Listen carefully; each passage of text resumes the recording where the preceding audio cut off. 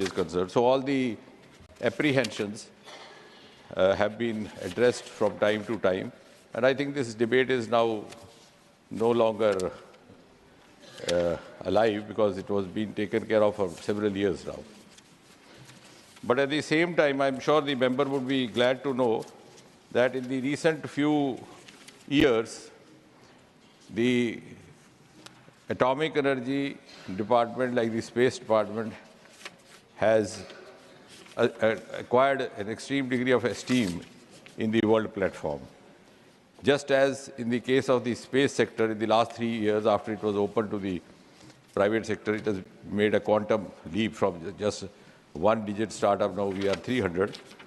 In the space sector also, because the question pertains to the atomic energy, I would rather stick to that.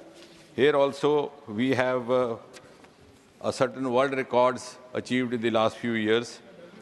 In the last 10 years, ever since Prime Minister Modi took over, the KGS-1 in Karnataka, the Kaiga generating station, has completed a record number of 962 days of continuous operation.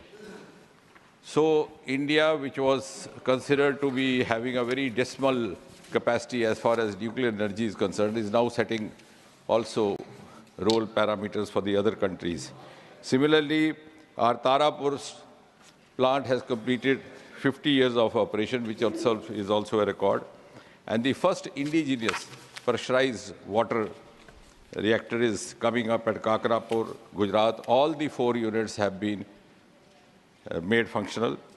The Kundakulam, which was envisaged somewhere in 1989, was lying pending, is also now functional. And besides that, I think living up to Homi Baba's declaration of using atomic energy for peaceful purposes, today it is no longer confined only to the limited functions or limited applications. We have atomic energy being applied in a large scale in agriculture, in preservatives of food, also in developing jackets for security persons, etc. So I can go on and on.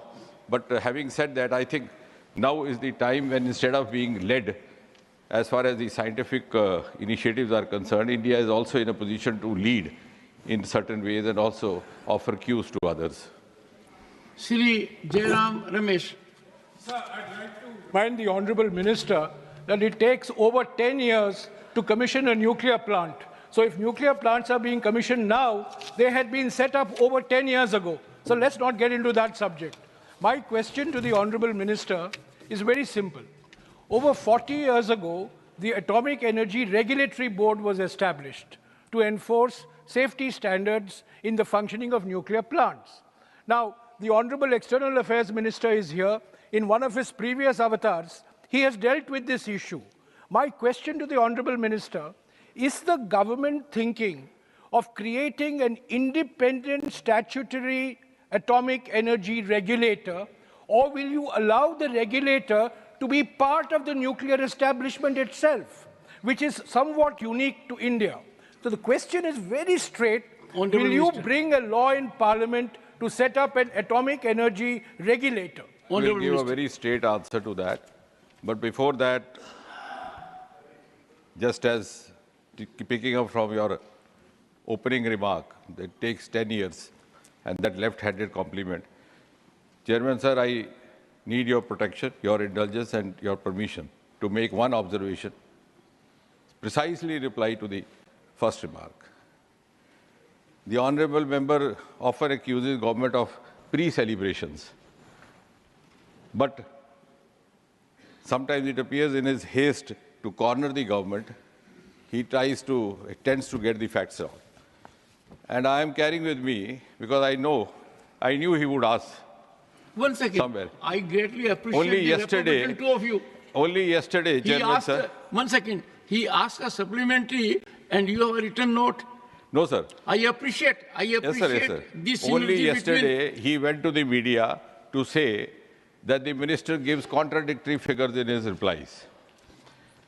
I am glad that he has given me occasion to talk.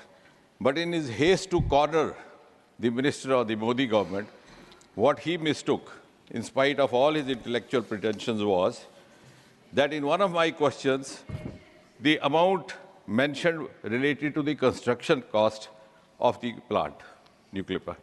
And the other question, it related to the cost for power generation. He had mixed up the two and tried to find fault. So I don't know whether the honorable member has done a very honorable job doing so. But nevertheless, if you are in a compulsive habit of doing this, please try to avoid mischief with me. And now I come to the answer. Yes. And now I come to the answer. I'll now come to the answer. I was responding to his opening remark. I have a right to respond to his opening remark. And now I'll reply the question. Now I'll reply the question, Percy. Why did you make that opening remark then? Why did you have to make that under the cuff remark? So I have responded to his opening remark, and I'll now respond to the question, Percy. Chairman, sir, in the Department of Atomic Energy, we follow the rule of safety first, production next. The honorable member himself says it takes 10 years to set up a plant.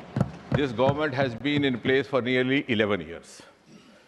We have not only set up new plants, we have also made those plants functional which were left unfinished by them, which includes the Kundakalam plant, which belongs to the district where the honorable member who is not here has put the question.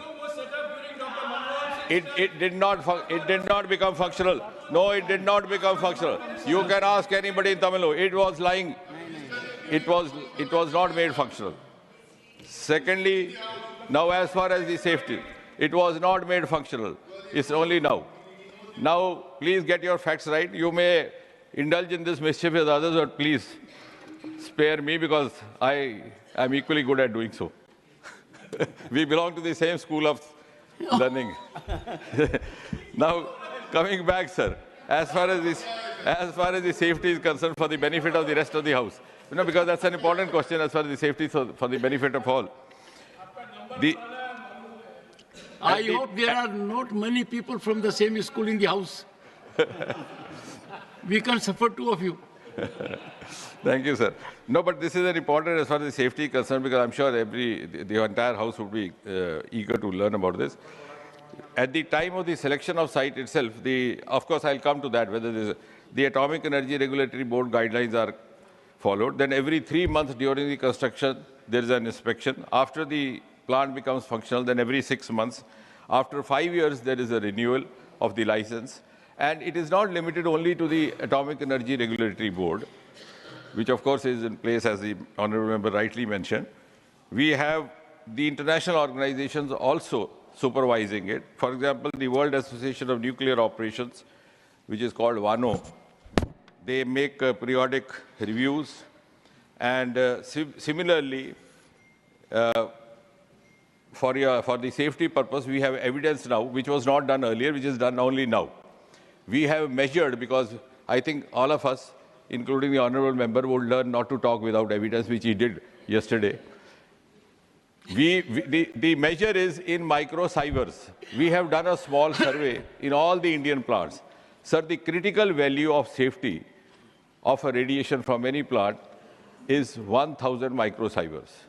But in none of the Indian plants, it crosses even 2 digits. It is in some of the plants, including the Kundakalam, it is 0.081. And now again, my next observation may not be very pleasant for the honorable member. In the last 10 years, the level of radiation has gone down tremendously. If, for example, in Kundakalam itself, if it was 0.081 microsieverts, today it is 0.002. In case of Kalpakam, it was 23.140 in 2014, when you left the Department of Atomic Energy. Now it is 15.961. So I think progressively there is a decline, evidence-based, in the radiation emitted. Furthermore, the safety part has also been taken off to the extent that we have learned from the experience of others. For example, if you go by the location, our eastern coast is located about 1,300 kilometers away from the tsunamis zone, which is in Indonesia, and our western coast where we have Tarapur and other plants, is located nearly 900 kilometers from the tsunami zone of Pakistan. So I think that part itself is, and then we also follow more parameters like taking the highest level of the flood in case of a sea level, and then going beyond that, locating the plant above that, and also measuring the high tide levels. So I think there is enough reason to be reassured. Honorable Minister, you said that he gave you the opportunity which you were thinking of. Actually, give me the credit I deserve. I gave you Yes, the sir. opportunity by calling upon the honorable member to ask the supplementary. Professor Ram Gopal Yadav. Sir, ये सही है जो माननीय मंत्री जी ने अपने written उत्तर में दिया है कि बहुत सुरक्षा का बहुत ख्याल रखा जाता है जब इसको बनाया जाता है।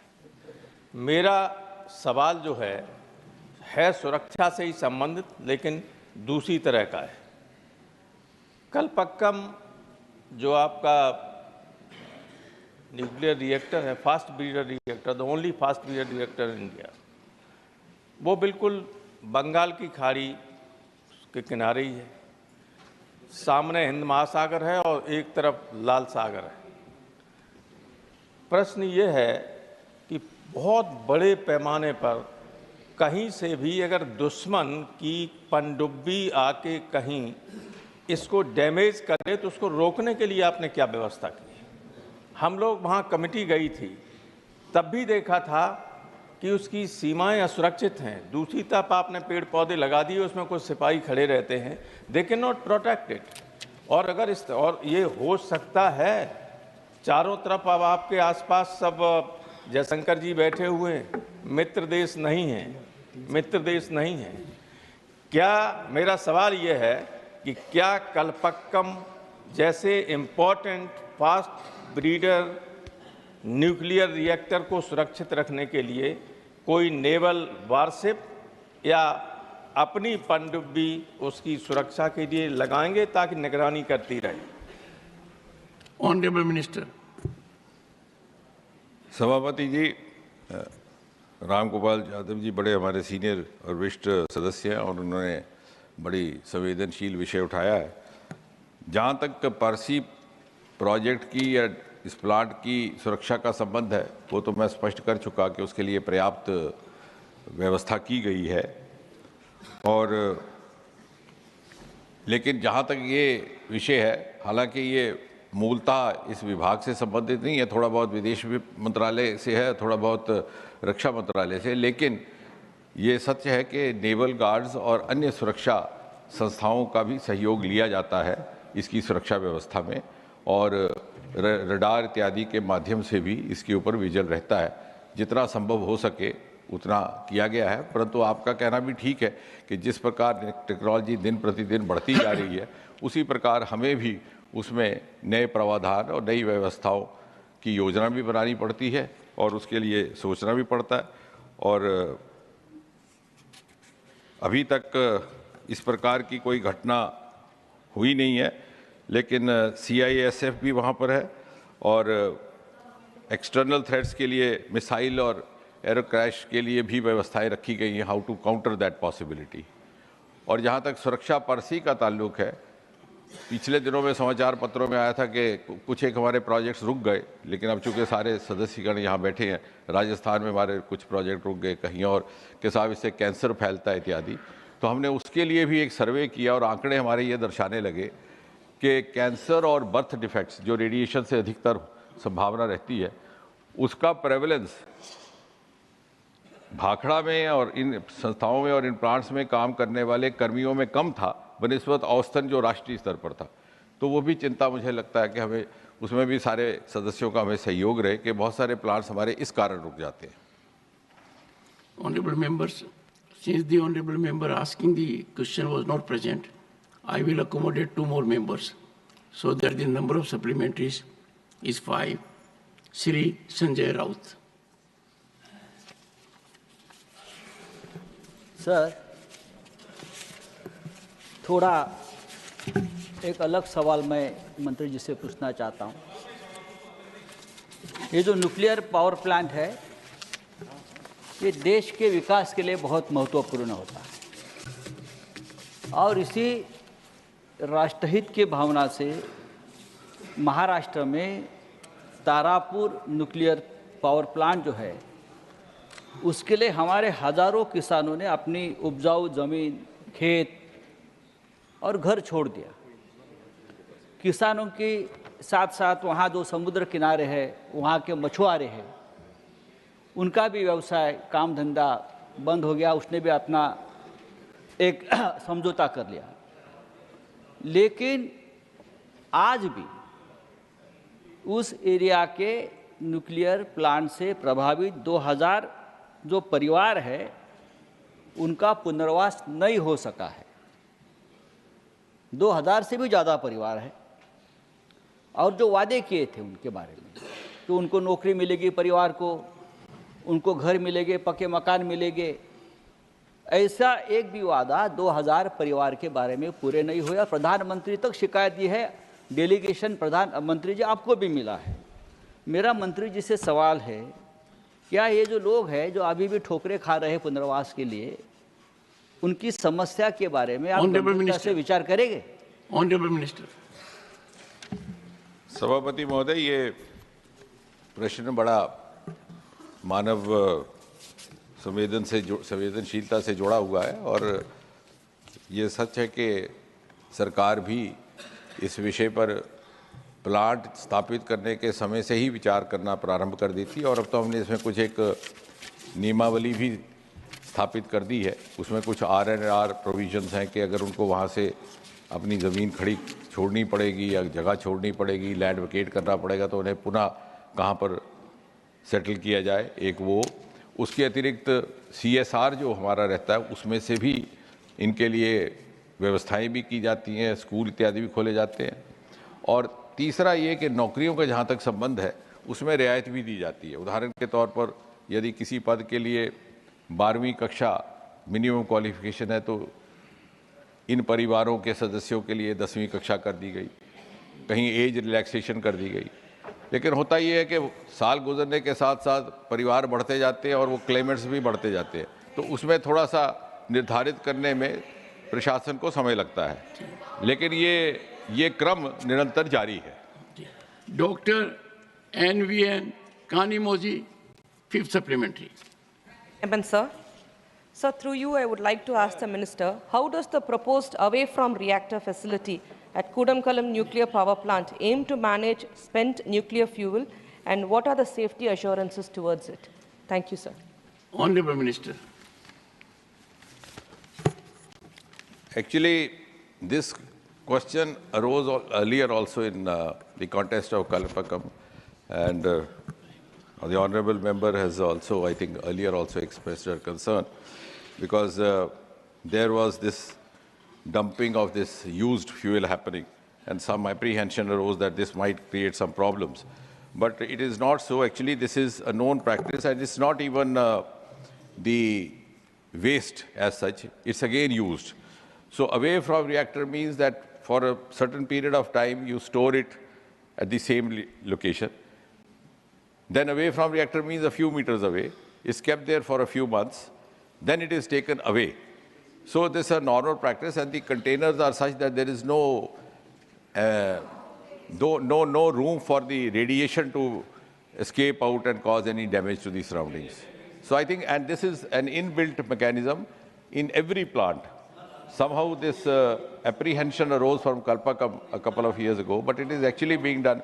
And then through the honourable member, because she also hails from that area, I would also like you to convey to others that at one point in time, there was some news report somewhere in the media last year that this reused fuel from the other plants would also be dumped into Kalpakam, which is actually unfounded. Each of the plant has its own such mechanism. Question number 107, Sri Narhari Amin. माननीय अध्यक्ष महोदय जी, question number 107. Supplementary number 1, Shri Narhari Amin. माननीय अध्यक्ष महोदय जी, 1,64,000 post office के जरिए माननीय प्रधानमंत्री श्री नरेंद्र मोदी जी की सरकार हर गांव, हर घर, हर व्यक्ति तक सिटीजन सेंट्रिक सेवाओं दे रही है। 2014 से 2024 तक 5,000 से ज़्यादा पोस्ट ऑफिस खुले गए, 1,28,000 लोगों को रोजगारी मिली है, 13,500 से ज़्यादा डाकघरों में आधार सेवा केंद्र बने हैं, 3 करोड़ से ज़्यादा सुकन्या समृद्धि खाते खोले गए, उसमें 1,41,000 करोड़ रुपया डिपॉजिट हुई है। माननीय मंत्री जी से ये बताने की कृपा करेंगे कि सरकार द्वारा पोस्ट डिपार्टमेंट का रेवेन्यू बढ़ाने के लिए पोस्ट डिपार्टमेंट के नेटवर्क के जरिए ई कॉमर्स और अन्य वैल्यूएड सेवाओं का विस्तार करने के लिए क्या कदम उठाए? माननीय सदस्य, ये मेरा क्वेश्चन है सर। सुनिए, आप मंत्री जी से क्या पूछना चाहते हैं बाकी मंत्री जी को बताने दीजिए। माननीय मंत्री जी, माननीय मंत्री जी।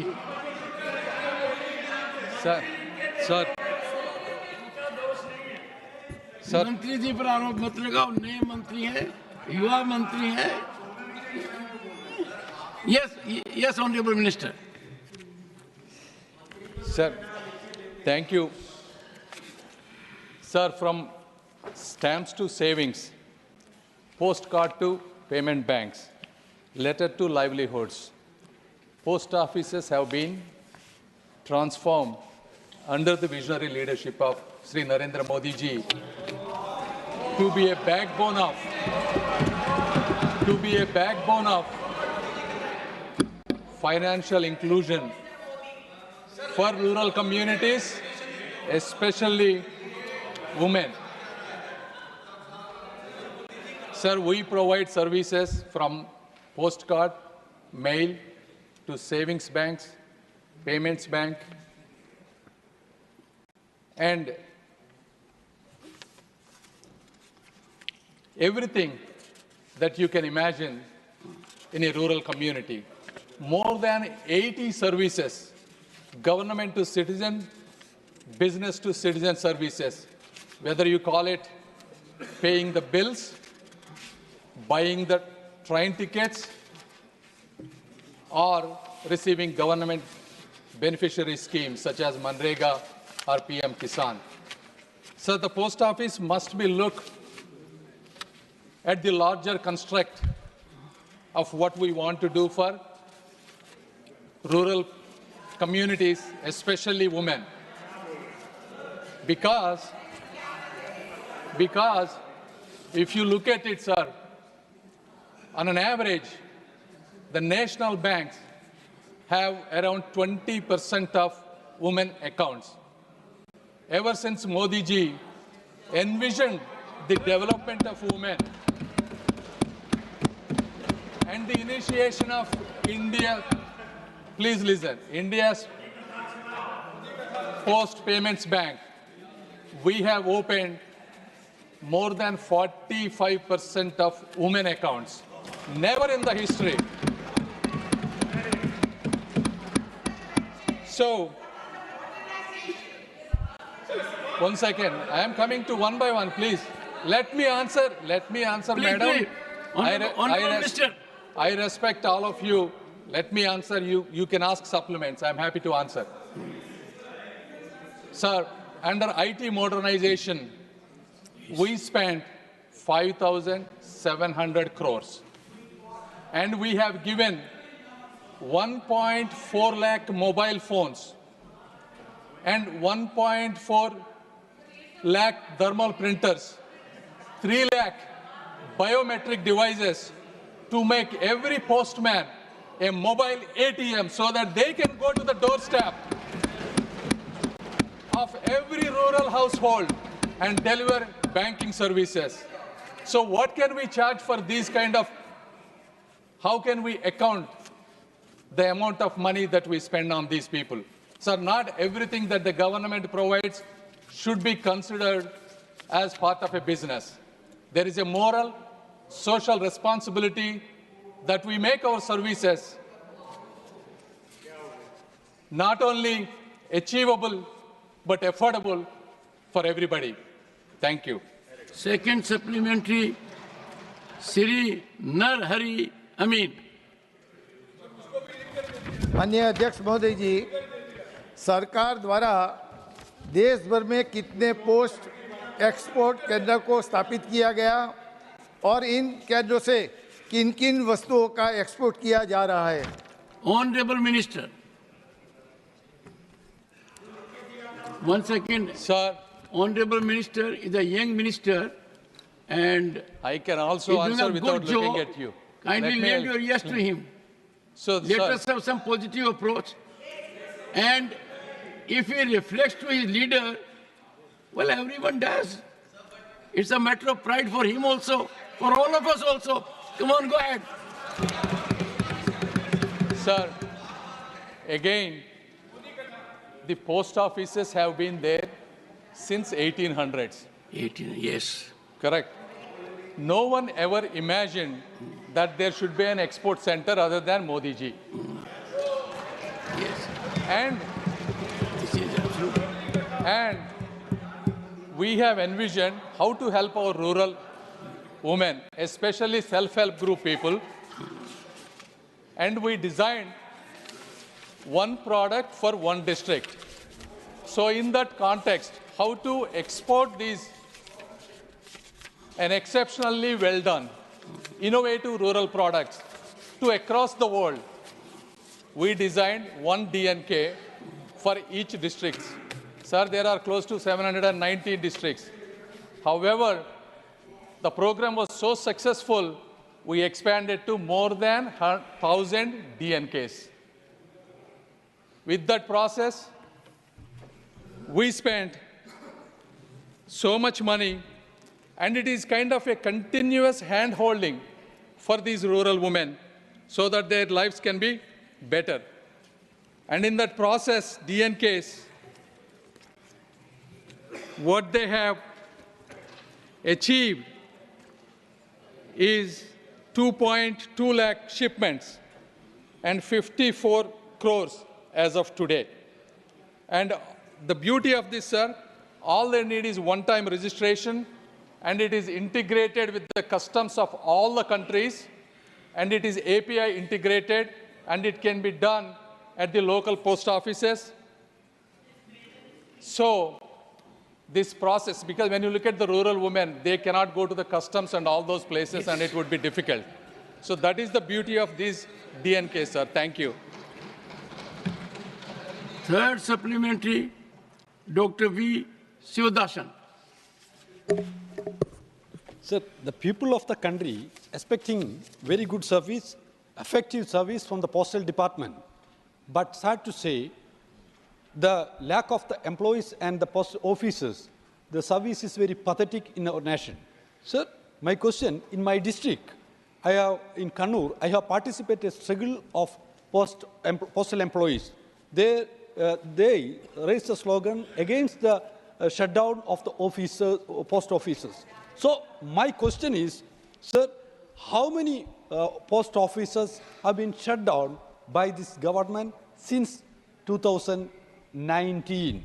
And how many employees, the number of employees has been reduced by this government since 2019? This is my question. I am expecting a very clear answer from our young minister. Honorable member, first, the Honorable Minister has enlightened through us, everyone, that post offices are virtually emerging as nerve center for rural people. And I quite appreciate going to a custom house for anyone, particularly a rural woman, is a challenge she will give up. So have high expectation from the minister. Sir, Honorable Minister. Happy to answer, sir. Sir, to give this background, by the time UPA government started from 2004 to 2014, we used to have 1,55,000 post offices. They reduced 700 7,000 post office, 700 post offices, sir, in their 10 years. After we came, since the government envisioned post office is not for a letter, and this is for the complete upliftment, we have increased the post offices about 10,500. From 1,55,000 to 1,65,000, sir. Out of these, 90.1%, that is close to 1,50,000 post offices are located in rural places and far-reach places. Out of these 10,000 new post offices, more than 5,000 were created at left-wing extremism, LWE, affected areas, sir. And the other, approximately around 4,700 to 800 post offices were constructed where people do not have any post office within the 5-kilometer range. So the goal of Government of India is to have a post office minimum a 3-kilometer distance and the worst case 5 kilometers. So with all these 1,65,000 post offices, we connected every village, sir, and there are no post offices that were closed as far as I know. Thank you. Susri Dola Sen for supplementary. Thank you, Chairman, sir. Through you, I want to know from the Honorable Minister that at the time of modernization of Viksit Bharat, modernization process of Viksit Bharat of the post offices, whether the law of the land, the labor law as per constitution, is being maintained by the ministry or the department. Incidentally, the citizens of our country, that is we the people of India, according to the constitution, has got services or job of post offices through or by passing UPSC examination, and then being deprived now with the disinvestment process and the corporatization process. Whether it will be called modernization? Honorable Minister. Thank you, sir. Dola Senji is a very experienced member of this House. Thank you. Thank you for your concern. In 2013 and 14, sir, the total employees we have is around, sir, I use the round number so that it's easy for everybody to understand. 4,50,000, out of which departmental employees were 2 lakhs and GDS were 2,50,000. And today also, we maintain the exact same ratio, 4,50,000. So none of the employees have been downsized. And now, when it comes to the modernization, sir, before 2014, the way the recruitment of the employees, especially the GDS, Gramin Dak Sevaks, or the transfer, or the compassionate appointment would be at the discretion of whoever is the responsible authority. Ever since we came, we converted everything completely transparent and online.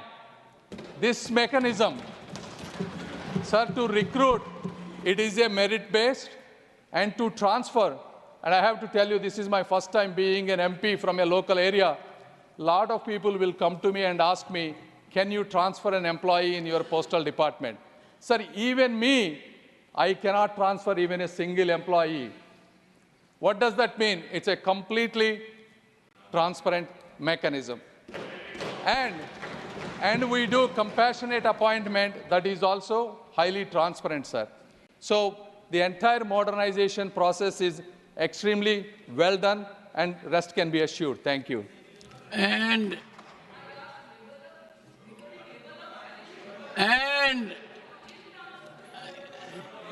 see, no, Honorable Minister, you can respond only when the member rises and asks some question. Dola Senji was sitting on her chair, and therefore she will have to seek an appointment and you interact. Last supplementary, Shri P. Wilson. Sir, from birth to death, no doubt, Postal Department plays a very crucial role in conveying the messages to the citizens once upon a time. Sir, now we have to see how the quality of the Postal Department is affected. Sir, one of the reasons is not filling up of various vacancies in the Postal Department, particularly vacancies meant for scheduled caste, scheduled tribe, OBCs are lying vacant for years together. And by filling up, this could take care of the manpower. Sir, another problem is, sir, there is very often changing of the postal pin code.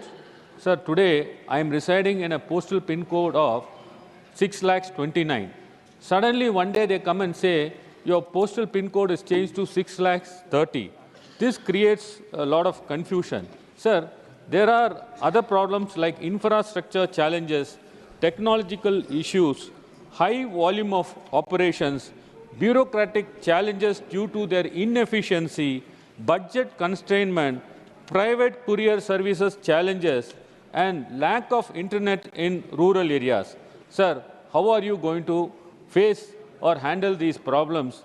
Then only you can say that there is a modernization in Postal Department. Thank you very much, Chairman. Mr. P. Wilson is a distinguished lawyer. Many issues he has raised. Honorable Minister. Sir, you asked multiple questions. Number one, the recruitment of the people is according to any other governmental norm, sir. As I said, it follows regular, routine employment process, sir. So I cannot comment on that. Number two, what you said is online payment. The online payment, the online services, internet, definitely there is a, sir, it used to be no internet before 2014. Then with IT modernization, we created not one, minimum 2 internet connections to every postal office. And number 3, so that there will be some redundancy. As I said earlier, we bought 1.4 lakh mobile phones because more than 95% of all rural areas are 4G connected, sir. All these new phones are compatible with 4G and 5G, and most of these postal services are being implemented at the doorstep through the mobile phones. In addition, we upgraded 22,000 computers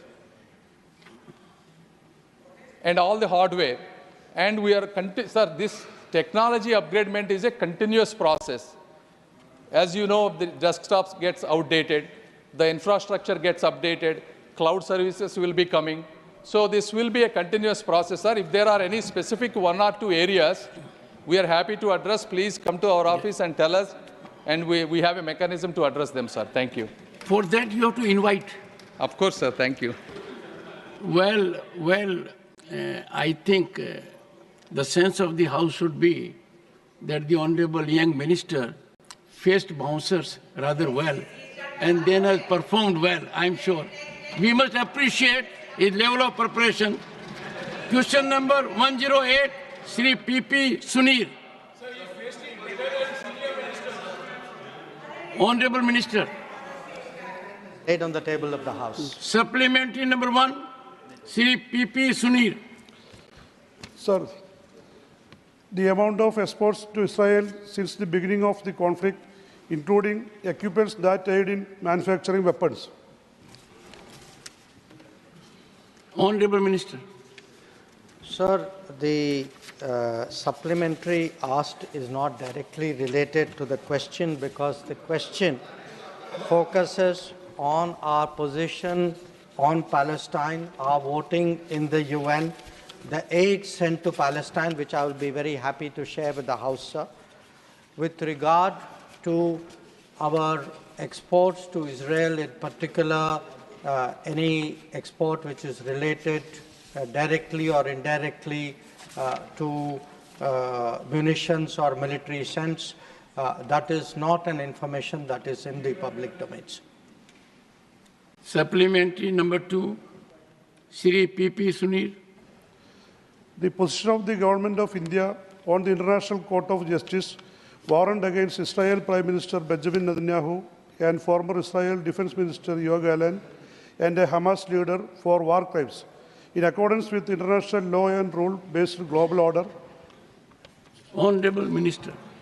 Sir, the honorable member would be aware that India is not a member of the International Criminal Court. When the International Criminal Court was constituted, the question of our membership was considered.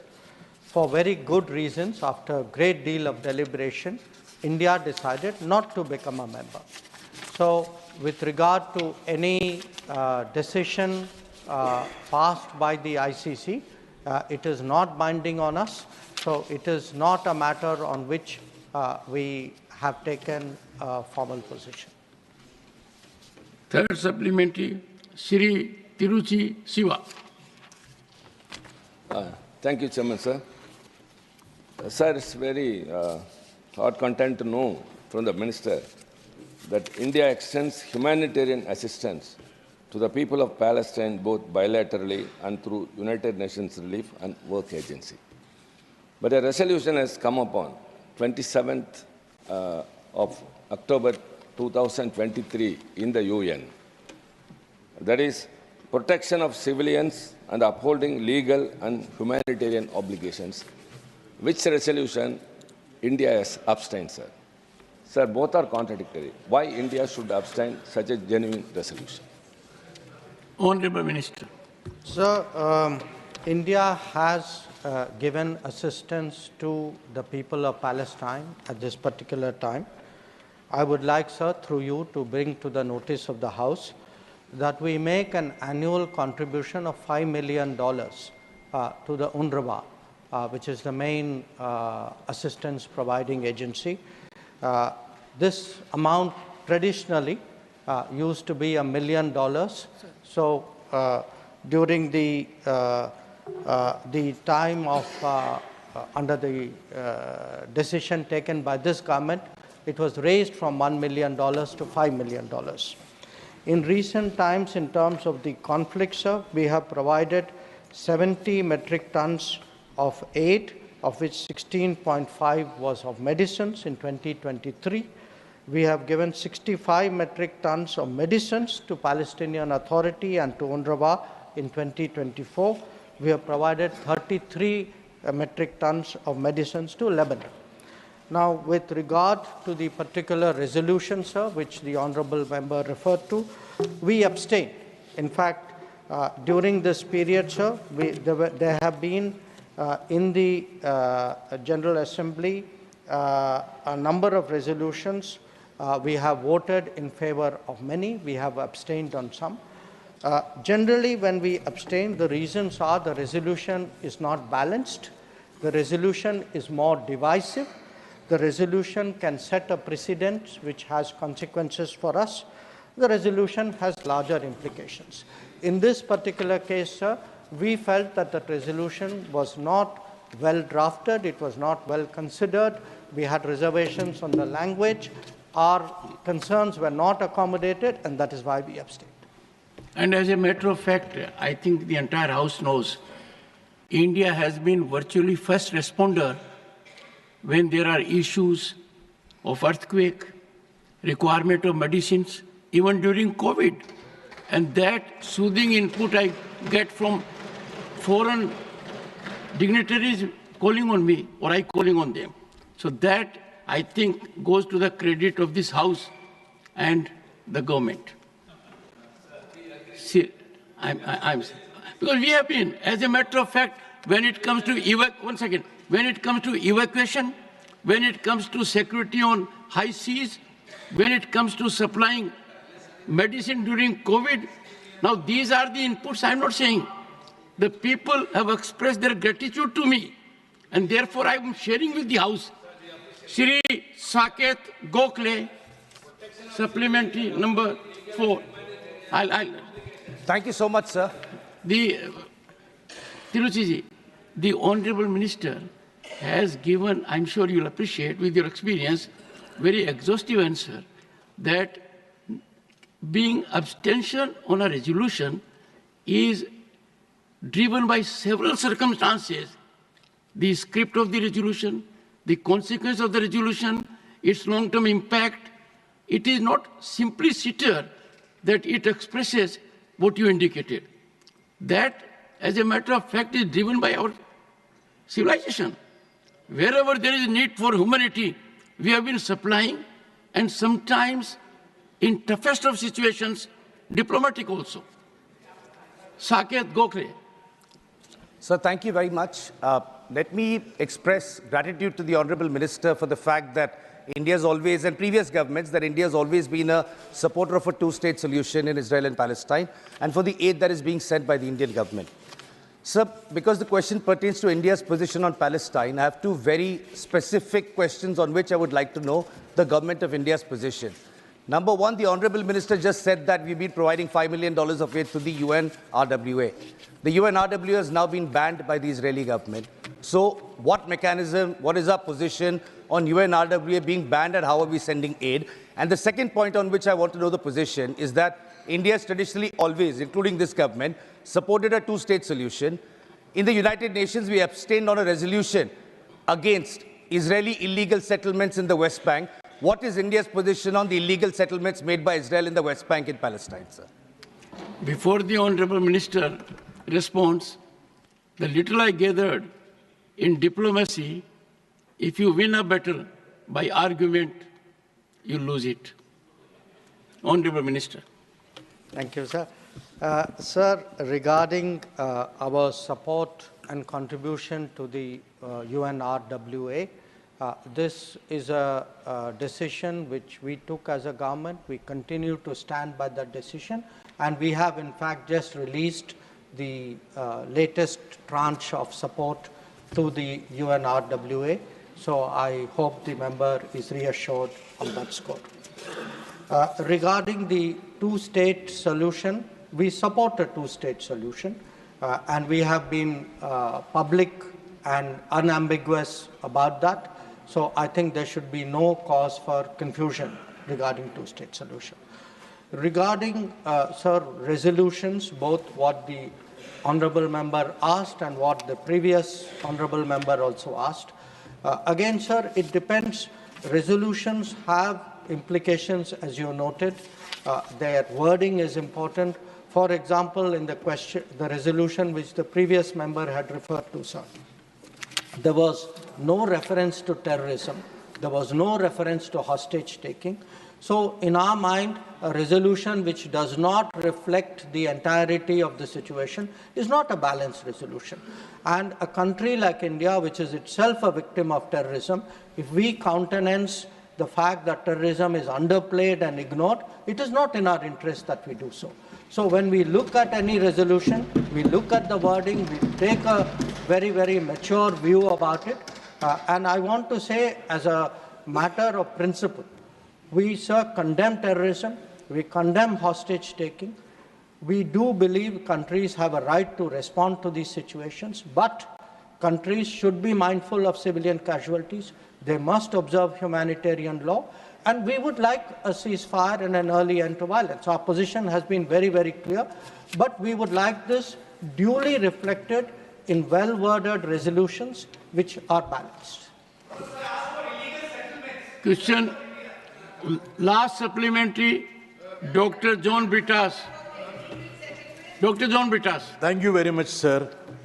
Sir, the Honorable Minister has got extensive experience and expertise. He's hands-on all these issues. I think no one disputes that. No one disputes. Okay, go ahead. So I would refer to the diplomatic facet of an issue, which I hope that Minister would sincerely respond to.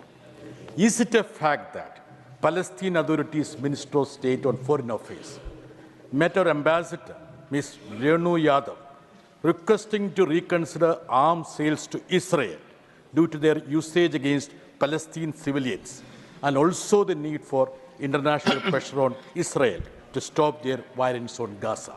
If so, what has been the response of the ministry? Thank you, sir. Honourable Minister, and the Honourable Member seeks sincere response. Sir, so the issue of India's exports, including India's exports of anything which directly or indirectly has any military implications is guided by our national interest and by our commitments to various regimes. So we are very responsible members of various international regimes, including the Wassenaar arrangement. We have an export control and licensing process, and we take decisions regarding any exports which is based on what we consider to be our national interest. Where Israel is concerned, it is a country with which we have a strong record of cooperation in national security. It is also a country that has stood by us at different moments when our national security was under threat. So when we take any decision, we will bear in mind, obviously, the larger circumstances, but we will definitely be driven by our national interest in this matter. Question number 109, Sri Raghav Chadda. Sir, question number 109. Honorable Minister. उत्तर सभा पटल पे रखा गया। Supplementary number 1, Sri Raghav Chadda. Sir, इस सदन के नेता रहे स्वर्गीय अरुण जेटली जी, जिनके साथ मेरा व्यक्तिगत रिश्ता कुछ खट्टा मीठा रहा, वो कहा करते थे कि pre retirement judgments get influenced by post retirement jobs. और मुझे लगता है इस सदन में बैठे कई सारे साथी इस कथन से सहमति अपनी दर्ज करेंगे। सर, पिछले कई सालों से, एक लंबे समय से एक चलन चलता आ रहा है कि जजों की रिटायरमेंट के बाद उन्हें एग्जीक्यूटिव रोल्स या पॉलिटिकल रोल्स दिए जाते हैं। कुछ लोग हमारे सदन में गवर्नर, राज्यसभा सदस्य बनकर आ जाते हैं, कुछ लोग रिटायरमेंट के बाद कई सूबों के गवर्नर लग जाते हैं। इससे कई प्रकार के सवाल जनता के मन में आते हैं। कॉन्फ्लिक्ट ऑफ इंटरेस्ट का सवाल आता है, एग्जीक्यूटिव इंटरफेरेंस इन जुडिशियल प्रोसेस का सवाल आता है, इंडिपेंडेंस ऑफ जुडिशरी का सवाल आता है।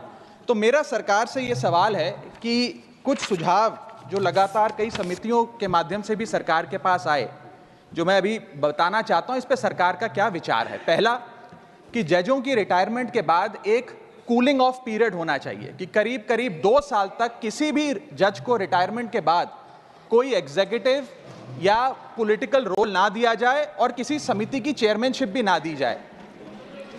उस सुझाव पे सरकार का क्या कहना है।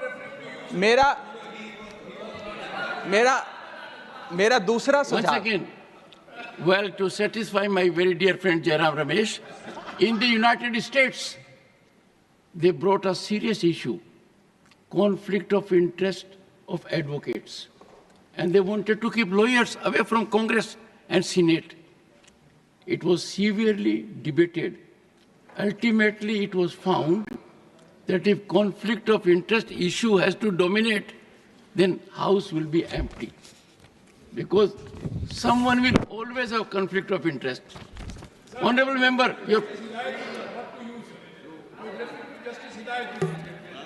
Justice Hidayatullah, honorable members, for your benefit, happens to be the only one in the country who was Chief Justice of India, Vice President of India, and also discharged the functions of President of India without being Vice President or elected President. Something very rare. We wish you the best.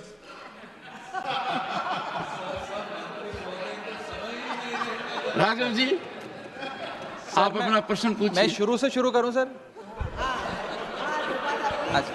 Sir, मैं समाप्त कर रहा हूं sir. और आपने एक बात कही मुझे अजीब लगी। आपने कहा कि अरुण जेटली से आपके खट्टे मीठे रिश्ते थे। मेरे से भी आपके खट्टे मीठे हैं। ये खट्टे मीठे रिश्तों को अब आप छोड़िए। सर, आपसे तो मीठे रखिए। सर, आपसे तो मीठे नहीं सर, मैं सवाल तो खत्म कर लूं। आपसे तो बहुत मीठे रिश्ते हैं सर। परमात्मा कह रहे आपसे हमेशा रिश्ते मीठे रहे, खट्टे ना हो सर। सर, मेरा सवाल जो था वो ये था कि सरकार जो 3 सुझाव लगातार तमाम समितियों के माध्यम से सरकार के विचाराधीन आए हैं, उस पर सरकार का क्या कहना है। पहला, कि जजों की रिटायरमेंट के बाद उन्हें 2 साल का कूलिंग ऑफ पीरियड देना चाहिए, यानी कि रिटायरमेंट के 2 साल तक उन्हें किसी एग्जीक्यूटिव या पॉलिटिकल रोल में उनकी नियुक्ति नहीं होनी चाहिए। दूसरा सुझाव, उनकी पेंशन को इतना बढ़ा दिया जाए कि आर्थिक निर्भरता किसी भी पोस्ट रिटायरमेंट जॉब्स की जजेस पे ना हो, ना उनके मन में कुछ इच्छा हो कि हम रिटायरमेंट के बाद सरकार से कोई पोजीशन ले लें। और थर्ड सुझाव सर जो लगातार आता रहा है कि मेरिट बेस्ड अपॉइंटमेंट का एक प्रोसेस होना चाहिए जिसके तहत जजों को रिटायरमेंट के बाद नियुक्त किया जाए, ना कि सरकार की विम्स और फैंसीज के तहत। Honourable minister. चेयरमैन सर, माननीय सदस्य ने जो सवाल पूछा है उसमें इन्होंने पॉलिटिकल एंगल देने का प्रयास किया है। सुप्रीम कोर्ट व हाई कोर्ट के जजों की नियुक्ति संविधान के आर्टिकल 124, 217, 224 तथा सुप्रीम कोर्ट के 1993 सेकंड जज केस और 1998 थर्ड जज केस के आधार पर बनाए गए मेमोरेंडम ऑफ प्रोसीजर के अनुसार की जाती है, ये इनको भी पता है। वर्तमान में हाई कोर्ट के जजों की रिटायरमेंट एज 62 ईयर्स है, सुप्रीम कोर्ट के जजों की रिटायरमेंट एज 65 है और जो डिस्ट्रिक्ट कोर्ट हैं उनके रिटायरमेंट की एज 60 है। ये जिनका जिक्र कर रहे हैं कि एक चीफ जस्टिस कॉन्फ्रेंस हुई थी, उसमें एक रेजोल्यूशन लिया कि जजेस की रिटायरमेंट की एज बढ़ानी चाहिए। एक ये पार्लियामेंट स्टैंडिंग कमेटी जिनका जिक्र कर रहे हैं 2010 की, उसने भी अपनी 39th रिपोर्ट में कहा कि हाई कोर्ट के जजों की उम्र 62 से 65 करने का एक रिकमेंडेशन जिसका इन्होंने जिक्र किया, लेकिन इन्होंने इसका जिक्र नहीं करके एक दूसरा विषय रखा कूलिंग पीरियड का। मैं आपको ये बताना चाहता हूं कि वर्तमान में तो जजेज के जो रिटायरमेंट की एज है उसके बढ़ाने का कोई प्रस्ताव सरकार के पास विचाराधीन नहीं है। मंत्री जी आप ये बताइए ये कूलिंग पीरियड क्या है, पहले मेरे समझ में नहीं आया है। सर, आप तो संविधान के ज्ञाता हैं और देश संविधान से ही चलता है। संविधान में कोई कूलिंग पीरियड का वर्ड है ही नहीं, इन्होंने इजाद किया है मोदी जी की आलोचना करने के लिए, और कोई विषय नहीं है। और मैं ये कहना चाहता हूं जजेज के सुप्रीम कोर्ट और हाई कोर्ट में जब वो रिटायर होते हैं तो ये जो इंस्टीट्यूटरी बॉडीज बनी है ये मोदी जी ने बनाई है क्या? ये ट्रिब्यूनल बने हैं ये मोदी जी ने बनाए हैं क्या? ये देश में पहले से ही है। अगर आप एक्सपर्ट आदमी जो आपके योग्यताएं तय की हुई है कि हाई कोर्ट का रिटायर्ड जज होना चाहिए या हाई कोर्ट का चीफ जस्टिस होना चाहिए या सुप्रीम कोर्ट का रिटायर्ड जज होना चाहिए, अगर हम भरेंगे ही नहीं इनको तो इनमें काम कैसे होगा साहब? The House stands adjourned to meet at 2 p.m.